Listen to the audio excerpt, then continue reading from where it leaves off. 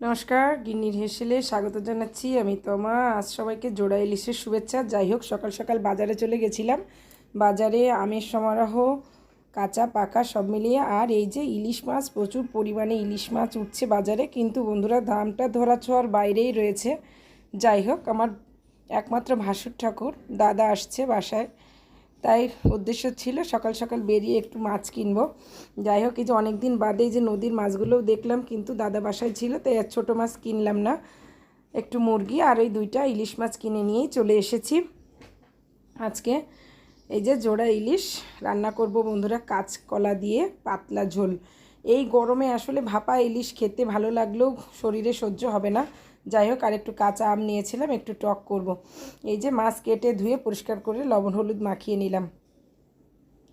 সত্যি কথা বলতে দাদা এসেছে গতকালকে, কিন্তু গতকাল সেভাবে কিছু রান্না করিনি, কারণ দাদা ছিল না, অনেকটা টাইম বাইরে একটা কাজে গিয়েছিল।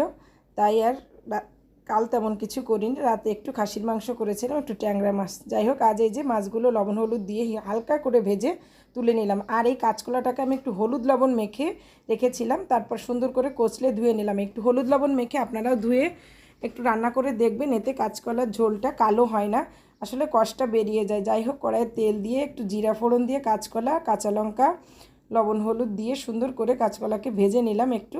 তারপর দিয়ে দিলাম এই যে জিরা বাটা, একটু জিরা বাটা, শুধুমাত্র একটু জিরা বাটাই দিয়েছি। এই যে লবণ হলুদটা আগে দিয়ে দেওয়া হয়নি, আসলে কাঁচকলায় হলুদ মাখানো ছিল তাই দেখে হলুদ মনে হচ্ছিল।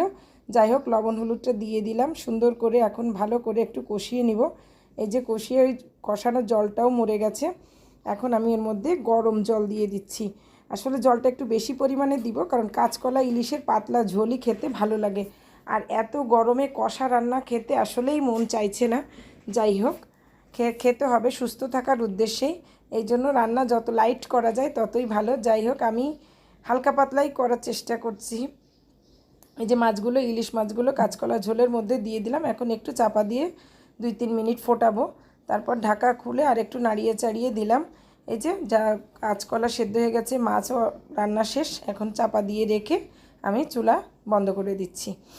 এখন এই যে সুন্দর চেহারা হয়েছে, খেতে ঝোলও পাতলা ছিল। আর পাশে একটু হালকা করে মুরগি রান্না করছিলাম, দেশি মুরগি বললাম, সরি, আসলে এটা কক মুরগি ছিল। কক মুরগি রান্না করলাম, হালকা করে পাতলা ঝোল।